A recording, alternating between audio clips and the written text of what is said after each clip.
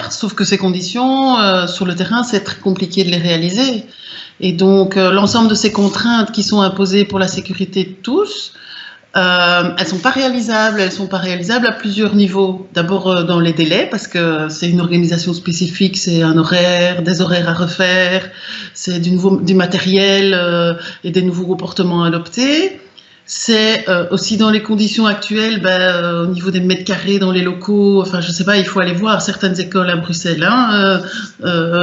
Parfois, les problématiques des sanitaires sont assez criantes. Parfois, il n'y a pas d'évier.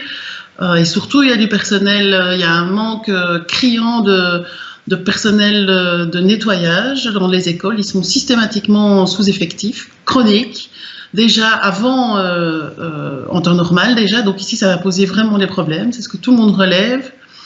Et puis on va demander aux enseignants de faire en même temps des garderies, en même temps de donner cours en face des élèves, du présentiel et en même temps de l'enseignement à distance. Et donc les enseignants ils veulent bien être solidaires, mais l'impossible, ils ne savent pas faire. Il y a un moment où ça n'ira pas, et on craint aussi vraiment des pressions de certains pouvoirs organisateurs, de certains chefs d'établissement, à cause du marché scolaire, et pour ouvrir à tout prix, et pour pas passer pour ceux qui sont incapables de mettre en place les conditions, voilà. Et donc on a énormément d'inquiétudes, on a énormément de questions, des questions pratiques. On nous dit je vais faire des exercices à mes élèves, je relève les feuilles, je dois faire quoi, je dois attendre combien de temps avant de corriger les feuilles. Enfin voilà, moi je sais pas répondre à ce genre de pratiques, de choses là.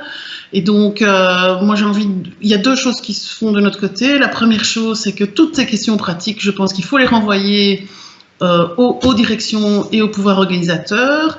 Et puis nous, on nous demande clairement de prévoir un préavis de grève si l'ensemble des conditions sont pas respectées ou sont pas prévues, parce que matériellement ça paraît impossible.